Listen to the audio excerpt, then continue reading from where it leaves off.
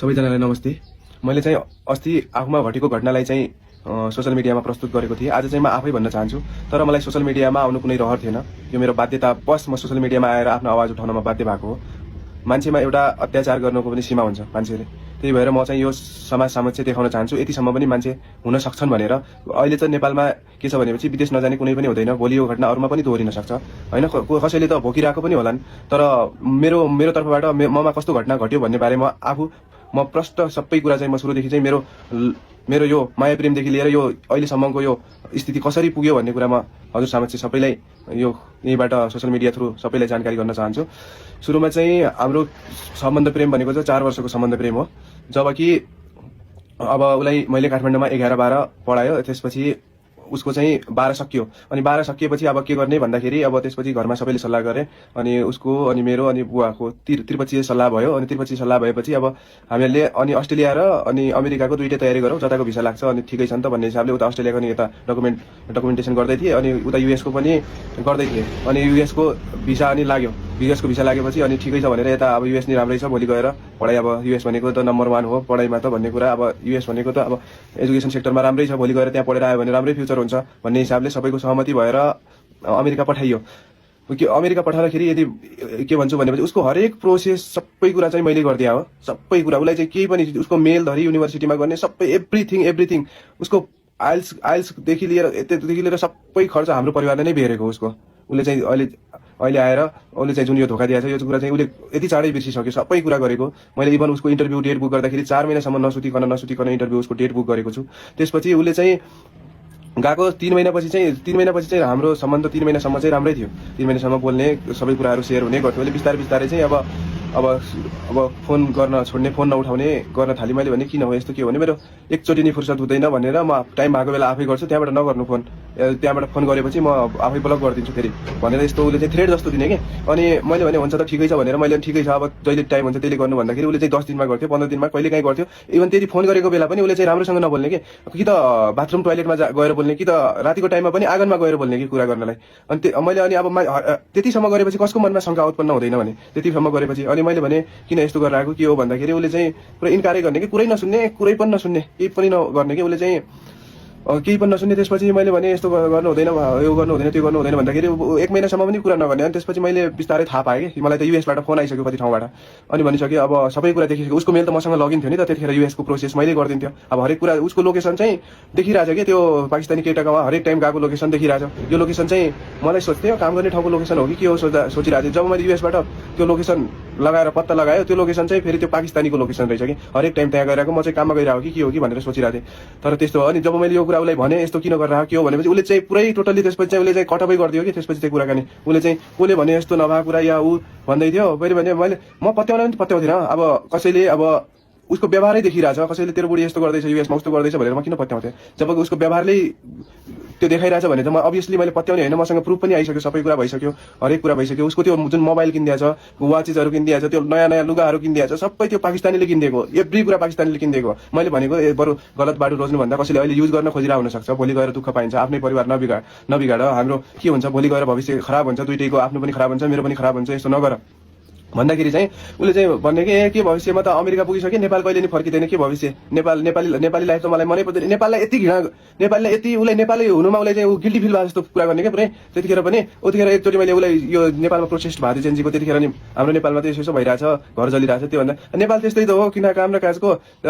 तेरो घर त जलेन नि, यस्तो शब्द सुनाउने कि उसले चाहिँ त्यतिसम्म भन्ने कि। अनि बिस्तारै गएर उसले चाहिँ कटअपै गर्यो, कुराकानी गर्न कटअप गरेर अहिले चाहिँ उसले चाहिँ यतापट्टि हाम्रोपट्टि चाहिँ एकदम नराम्रो शब्दहरू आफ्नो बाबुआमालाई उति गयो कि बिना कामले। उसलाई चाहिँ किनकि अरूसँग घुम्नु छ, अरूसँग मोज मस्ती गर्नु छ, अब ठाउँमा पुगिसक्यो भन्ने जस्तो उसलाई चाहिँ कुनै स्वर्गमा आ जस्तो फिल भइरहेछ कि उसलाई चाहिँ। अब उसले चाहिँ आफ्नो आमाबाबुपट्टि चाहिँ कुरा गर्ने, उतापट्टि सबै कुरा गर्ने, सेयर गर्ने, उतै गर्ने गरेर अब मसँग कटअप गर्यो फोन। मैले फोन गरेको टाइममा के भन्ने, एज अ मी मेरो आमाबाबु हो, जे कुरा गर्नु छ मेरो आमाबाबुसँग गर, मसँग केही पनि गर्ने होइन कुरा, जे हो मेरो लागि मेरो आमाबाबु हो, एज अ मी हो मेरो आमाबाबु, जे भन्नु छ जे गर्नु छ आफ्नो लागेको पैसा लगानी सबै मेरो आमाबाबुले तिर्छ तिमीहरूको भनेर मलाई भने। अनि मेरो मम्मी बुवाले त इभन उसँग बोल्न नि पाएको छैन, बुहारी तिमीले के गरेको कस्तो गरेको भनेर। मेरो आमा बाबुको आत्मा कति रोको होला कि यो कुराले उसले चाहिँ जुन यो गर्यो। यति राम्रो जिन्दगी छ, सबै कुरा छ, मान्छेले गरेर खान सक्थ्यो होला गर्थ्यो होला यहाँबाट मम्मी बाबाले हामीहरूले भनेको पनि थियो अप्ठ्यारो पऱ्यो भने यहाँबाट पैसा पठाइदिन्छौँ यदि सकेनै भने पनि बस्नै मन छैन भनेपछि नेपाल आऊ नेपालमै गर यहीँ पढ्दा पनि भइहाल्छ भनेको उसले चाहिँ सुन्दैन कुरै सुनेन म किन आउने हो र अमेरिका पुगेको मान्छे नेपाल कहिले फर्किन्छ र यस्तो शब्द सुनाउने कि अनि उसले चाहिँ अनि केही भनेपछि तिमीहरूलाई कसले भने हो त तिमीहरूलाई मान्छे अरू सुन जग्गा घरमा लगानी गर्छ तिमीहरू मान्छेमा इन्भेस्ट गर्ने उस्तै त हो नि भन्ने अब यो कुरा सुन्दा आमा बाउले त छाँगाबाट खसे जस्तो भइहाल्यो हामीले को मान्छेलाई पठाएर उनीहरू त छक परिहाल्यो अब हामीले बुहारीलाई नै पठाओ कि अरूकै मान्छे पर्यो त यो अभियसली त्यो सोच्ने त जसको पनि भइहाल्यो नि त्यस्तो उनीहरूले त फोनै गर्न पाएको छैन एउटा बुहारी के हो किन गरेको भन्न नि पाएको छैन अब उताबाट अनि आमा बाउ एज अ मी हो भनेपछि मैले उता मम्मा बाबालाई रिक्वेस्ट गरेँ मम्मा बाबा यसो रश्मि यसो भन्दैछ किन यस्तो गर्दैछ यस्तो नगरे भए हुन्थ्यो समाज छ भोलि के हुन्छ एकचोटि बिहे गरिसकेपछि डिभोर्स भयो भने समाजमा इज्जत के हुन्छ भोलि डिभोर्सको ट्याग लाग्छ मान्छेहरू एकदम नराम्रो हेर्ने दृष्टि नराम्रो हुन्छ भन्दाखेरि उहाँले चाहिँ सुरुमा हामी सम्झाउँछौँ तपाईँ चुप्प लागेर बस्नुहोस् उसँग कुरा नगर्नुहोस् हामीसँगै कुरा गर्नुहोस् हामी सम्झाउँछौँ भनेर मलाई 3 महिनाको म्याद दियो अनि म 3 महिनासम्म चाहिँ एकदमै कुरेर बसेँ 3 महिनासम्म त्यो कुराइदिए मेरो चाहिँ प्रतीक्षा चाहिँ यस्तो थियो कि कुरै छोडिदिउँ कि म रात दिन अब के खबर आउँछ भन्दाखेरि चाहिँ लास्टमा आएर अनि उहाँबाट फोन आएन फेरि मैले गरेँ 3 महिना बितिसक्यो केही पनि कुराकानी आउँदैन अब बाबालाई फोन गरेँ मैले उहाँको बाबालाई फोन गरेपछि के भयो त बाबा अब खबर भन्दाखेरि अब रश्मिले त मिल्दैन भन्यो अब हामीले के गर्न सक्ने अब उसले मिल्दैन भनेपछि ठिकै छ नि त अब हजुर पनि पढे लेखेको मान्छे सधैँ छ ठिकै छ नि त सबै कुरा हजुरको पनि ठिकै छ भोलि उमेर छ सबै छ अब राम्रो पाइहालिन्छ नि भने त्यो शब्द सुन्दाखेरि मैले के भने म कति टुटेँ कि म डिप्रेसनमा गएँ त्यसपछि यो शब्द सुनेपछि म 3 महिना चाहिँ डिप्रेसनमा गएर सहँदा अहिले आएर लास्टमा आएर केही नलागेर म सोसियल मिडियामा बोल्न बाध्य भएँ उही पनि उहाँले के पनि भन्नुभयो भनेपछि एउटा यो बुवाले बोल्ने शब्द यस्तो हुन्छ त नेपाली सोसाइटी समाजमा कतातिर जाँदैछ कि हाम्रो सोसाइटी उहाँले के भन्नुभयो भने छोरीको लागि म मेरो घर जग्गा बेचेर पनि लड्न तयार छु तपाईँले के गर्नु उसैसँग लाग्नुपर्ने के छ त तपाईँले छोडिदिनुहोस् न त डिभोर्स दिइदिनुहोस् न त यस्तो शब्द भन्ने के भने उसले गएको पैसा म तिर्दिन्छु उसले गएको पैसा तपाईँको लागेको म तिर्दिन्छु उसँग चाहिँ कन्ट्याक्ट नगर्नु उसलाई फोन नगर्नु गऱ्यो भने हामीलाई गर्नु भन्ने त्यसपछि यहाँ यताबाट पनि मम्मी बुवाले अनि यसो किन गर्दैछन् त भनेर यताको मेरो मम्मी बुवाले उताको मम्मी बुवाले फोन गर्न खोजेको उहाँले फोनै उठाउनु भएन जस्ट मसँग मात्र कुरा गर्ने मेरो मम्मी बाबासँग चाहिँ कसैले पनि कुरा नगर्ने के न छोरीले गर्ने न उताको आमा बाबुले गर्ने अनि त्यतिखेर डिप्रेसनमा गएँ म त्यो 2 चोटि मेरो सहनै नसकेर खै मेरो दिमाग त्यतिखेर के भएको थियो म पनि त्यस्तै अवस्थामा थिएँ कि सहनै नसकेर न राति छ न निन्द्रा छ न केही छ अनि न आफूलाई खाएको थाहा हुन्छ न केही गरेको थाहा हुन्छ न हिँडेको पनि थाहा नपाउने कि रोडमा अनि मैले चाहिँ एकचोटि अब सोचेँ मेरो आमा बाबुको पैसा पनि गयो सबै डुब्यो अब बुढी पनि रहेन पैसा पनि रहेन अब मैले बाँचेर के काम जस्तो ममा एकदम नेगेटिभ दिमागमा यति धेरै नेगेटिभ थट्सहरू आउन छोडेँ त्यसपछि मैले 2 चोटि चाहिँ सुसाइड एटेम्प्ट गर्ने कोसिस गरेँ 2 चोटि सुसाइड एटेम्प्ट कोसिस गरेपछि चाहिँ एकचोटि चाहिँ मैले बाइक चाहिँ मैले जति स्पिड थियो बाइकको त्यति हाँकेर बाइक चिप्लेर एकातिर म एकातिर गएँ त्यतिखेर त्यो पनि सुसाइड फेल भयो त्यति एक दिन म राति उठेर जाँदै थिएँ आमा बाउले देखिहाल्यो ढोका ढक्रेर देखेर अनि अब म तर कहाँ जान्थेँ मलाई थाहा थिएन त्यतिखेर चाहिँ अब त्यो देखेपछि अनि दोस्रो दिनदेखि मेरो आमा बाउ मेरो रुमको त्यो ढोकामा सुत्न थाल्यो अनि त्यसपछि चाहिँ उनीहरू चाहिँ यो छोराले भोलि केही गरिदिने हो कि भनेर अब उतिखेर चाहिँ म कमजोर भएँ कि त्यतिखेर चाहिँ एकदमै आमा बुवा भन्दा पनि म कमजोर भएँ अब अहिले म जस्ट अब चाहिँ बिस्तारै मेरो सबै कुरा ठिक हुँदैछ म सबै कुरा ठिक भइसकेको जाने जाओस् जानेलाई त कसैले पनि रोक्न सक्दैन तर जाओस् कसैको घर बार भत्काएर कसैको सपना कुल्चेर कसैको जिन्दगी बर्बाद गरेर यसरी चाहिँ कसैले पनि नजाओस् म चाहिँ त्यो भन्न चाहन्छु तर त्यो मान्छेले चाहिँ यतिसम्म पनि 4 वर्षको सम्बन्धलाई यति सजिलै त्यागिदियो कि कुनै पुरै बिहे भनेको त मजाक जस्तो बनाइदियो कि आयो गयो खेल्यो केटाकेटी खेल्यो जस्तो खेल बनाइदियो कि उसले चाहिँ अब के भन्ने अब त्यसपछि चाहिँ अहिले चाहिँ कसैले पनि कुरा गर्ने अहिले चाहिँ के भएको छ भनेपछि उसको बुवाले चाहिँ मलाई अस्ति जुन मैले पोस्ट गरेँ त्यो पोस्ट देखेपछि मलाई चाहिँ फेसबुकमा ब्लक गरिदियो अनि त्यसपछि चाहिँ यता इष्टमित्रहरूले हाम्रोतिरको सबै रिलेटिभ्सहरूले चाहिँ उता फोन गर्दाखेरि कसैको फोन पनि उठाएन कि अनि ऊ केटीले पनि आफ्नो मैले त्यो युजर नेम चाहिँ उसको आफ्नो त्यो स्ट्याटसको तल लेखिदिएको थिएँ त्यो उसले स्ट्याटस चेन्ज गरेर आफ्नो फोटो हटाइसके उसले चाहिँ टिकटकमा फोटोहरू त हाम्रो युएस गएको 3 महिनापछि टिकटकको फोटोहरू भिडियोहरू त उसले पहिले नै हटाइसकेको थियो बिहे गरेको फोटोहरू यताउति पहिला नेपालमा हुँदाखेरि ती चिजमा यताउति सबै भिडियो बनाएको थियो त्यो सबै डिलिट गरिसकेको थियो कि उसले चाहिँ प्राइभेटमा राखिरहेको थियो होला अब अहिले मैले हिजो अर्कोबाट हेर्दाखेरि 1-2वटा भिडियो सिन्दुर लगाएको मैले देखेको थिएँ त्योभन्दा अगाडि थिएन उसले चाहिँ त्यो पाकिस्तानीसँग लागेपछि उसले चाहिँ पुरै टोटल्ली नै कन्ट्याक्ट गरेँ म 100% ठोकुवा गरेर भन्न सक्छु 200% ठोकुवा गरेर म जेसुकै सजाय भोग्न पनि तयार छु यदि मैले उसलाई युएस पठाउनु कुनै मेरो गल्ती उसलाई मेरो उप्रति मैले उसको भविष्य बनाउनु खोज्नु आफ्नो लागि हाम्रो भविष्यको लागि सोच्नु मेरो कुनै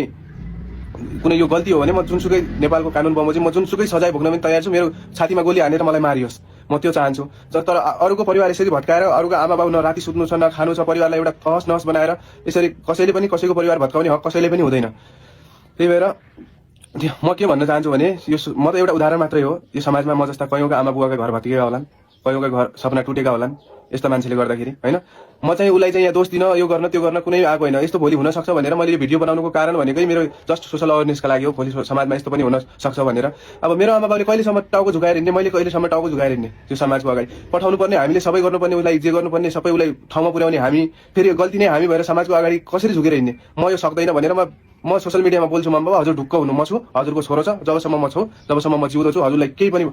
अप्ठ्यारो पर्दैन भनेर म चाहिँ अहिले म बुवालाई कन्भिन्स गर्छु उनीहरू चाहिँ अहिले कमजोर भएको छ म सक्दैन कि अब म यो आवाजलाई म दबाउन सक्दैन जुनले उहाँले जो कुरा गर्नुभयो अहिले त इभन यतिसम्म कि गर्दा गर्दा थाहा छैन उहाँले के भन्यो भनेपछि उता छोरीलाई डिभोर्सको लागि कागजको पेपर पठाइसकेको रहेछ कागजको पेपर पठाउँदा जब त मलाई थाहै छैन जब अनि वकिललेबाट उहाँले भन्नुभयो वकिल र उहाँको फोन आएपछि मैले थाहा पाएँ कि अनि डिभोर्सको पेपर पठाउनु भयो भनेर भन्छन् उहाँले डिभोर्सको पेपर पठाछ अब डिभोर्स गर्नु पर्यो उहाँले वारिसनामा पठाछ अब भन्नुभयो उहाँले भने मैले बुवालाई फोन गर्दाखेरि पठाछ मैले भने मेरो कन्सर्न बिना कसरी पठाएको त हजुरले मलाई सोध्नु पर्दैन एकछिन पनि कसरी पठाएको त भन्दाखेरि त्यो सोध्नै पर्दैन नि त्यसमा त्यो त हामीबाट हुने कुरा हो त्यो त हामीले गर्ने काम त हामीले गर्न पाउँछ नि तपाईँले के भएर म तपाईँलाई चेक दिन्छु त्यो चेक दिएपछि डिभोर्स गरिदिनु न के छ र तपाईँले गएको पैसामा म चेक दिइहाल्छु चेक त्यो बााउन्स हुने कुरा पनि हुँदैन मैले अदालतमा दिएको चेक पनि कतै बााउन्स हुन्छ र भनेर यतिसम्म भन्ने कि तपाईँ मैले सहनै नसकेर म बाध्य भएर म अहिले आएको हो यो सोसियल मिडियामा म कसैलाई यहाँ कसैले कसैको परिवार भत्काउन यति सजिलो छैन क्या ऊ युएसमा छ अरे 10 बिहे गर्ला जे गर्ला त्यो गर्ला तर म त नेपालमा छु नि म त सोसाइटीमा बसेको छु आमा बाउ सोसाइटीमा बसेका छन् उसको आमा बाउ पनि सोसाइटीमा बसेका छन् यो कुरा बुझ्नु पर्दैन मैले यति रिक्वेस्ट गरेँ हार गुहार गरेर मम्मा बाबालाई के भने मम्मा बाबा यस्तो नगर्नु भन्नु छोरीलाई यो गर्नु म हजुरको खुट्टा ठोक्छु भनेर हार गुहार माग्दा पनि कति सम्झाउँदा फोन गर्दा पनि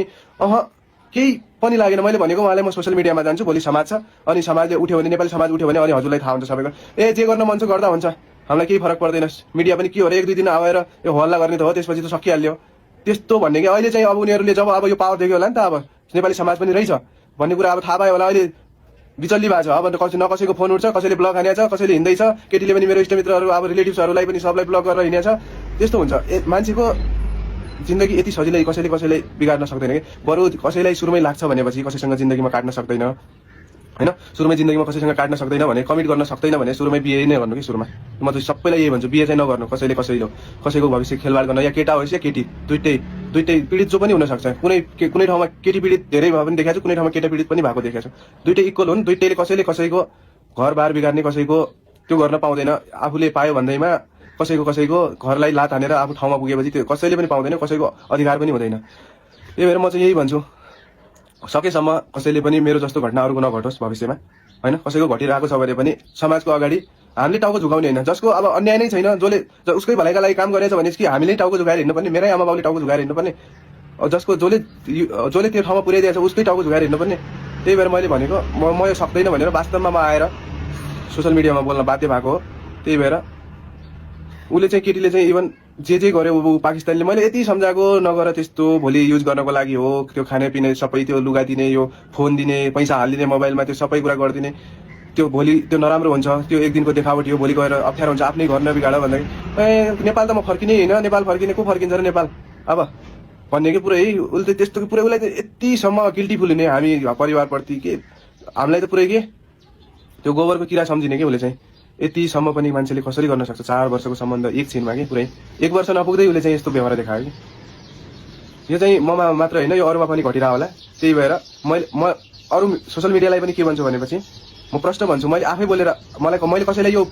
मेरो पोस्ट हालिदिनु हार गुहार मैले कसैले पनि गरे होइन म आफै बोलेर म भन्छु कसैले केटीलाई पनि दोष गरेर अब कसैले पनि त्यो भिडियोहरू पोस्टहरू नगरिदिनु हैन मैले चाहिँ सोशल अवेरनेस गराउनको लागि चाहिँ यस्तो पनि घटना हुँदो रहेछ समाजमा यतिसम्म पनि मान्छे गर्न सक्दो रहेछ हैन भनेर चाहिँ मैले यो भन्न खोजेको हो त्यही भएर हजुरले सबैले उसको चरित्र जे जस्तो थियो अब उसलाई नै थाहा होला हैन उसले चाहिँ किन यस्तो गरे उसलाई नै थाहा होला तर उसलाई चाहिँ टार्गेट गरेर कसैले पनि सोशल मिडियामा चाहिँ पोस्ट नगरिदिनु होला तर यति कुरा हो कि यस्तो पनि समाजमा हुँदो रहेछ यतिसम्म पनि बाबुआमाले गर्दा रहेछन् आफ्नो छोरीलाई यदि पैसाको लागि पनि यतिसम्म मान्छे मैले जान्छन् मैले कल्पना पनि गरेको थिएन कि अस्ति मात्रै भर्खरै पनि उहाँ बुवालाई उता आएको छ पैसा आएको छ त्यो छोरीले त्यही पैसा उताबाट त्यो पाकिस्तानसँग लिने अनि उता बाउलाई पठाउने त्यही पैसा बाउले मलाई दिएर अनि डिभोर्स गर्न खोज्ने कि यो कहाँसम्मको अन्याय होला कि यो चाहिँ कतिसम्मको अन्याय मैले यही दिन देख्नलाई मैले आफ्नो बुढीलाई मैले युएस पठाउँ होला त अब भोलि हाम्रो सपना होला सुन्दर होला के सोचेको थिएँ 4 वर्षभित्रमा त मेरो कति धेरै मेमोरी बनिसकेको थियो कि म त्यो त मलाई मात्र थाहा छ त्यो मान्छे पहिला यस्तो थिएन नेपाल हुँदा चाहिँ राम्रै थियो केही पनि थिएन हामीहरू जे कुरा पनि मिलेरै गर्थ्यो शेयर गर्थ्यो सबै कुरा गर्थ्यो तर युएस गएपछि उसले चाहिँ पुरै चेन्ज भयो नेपालमा हुँदाखेरि चाहिँ इभन आफै पनि विचार गर्नु नेपालमा हुँदाखेरि हाम्रो अहिले त मेरो ल बच्चाहरू केही पनि भएको छैन उसले चाहिँ बच्चा भएको छैन बच्चाको नाम धरिराख्थ्यो कि अब भनेपछि त्यो पीडा मेमोरी त कति छ कि म सम्झेर चाहिँ मलाई एकदमै गाह्रो हुन्छ त्यही भएर म चाहिँ यो जस्ट सोसल अवेरनेसका लागि मैले चाहिँ यो भिडियो हालेको हो यस्तो पनि हुन्छ हुनसक्छ भोलि यो घटना कसैमा नघटोस् कसैले पनि बुढा र बुढी इभन यदि छुट्टियो भने यो घटना चाहिँ धेरै म्याक्सिममकोमा आउने नै रहेछ कि मैले धेरै जस्तो विचार गरेँ तर यो कुरालाई अरूले दबाएर राख्छ मैले चाहिँ सकिनँ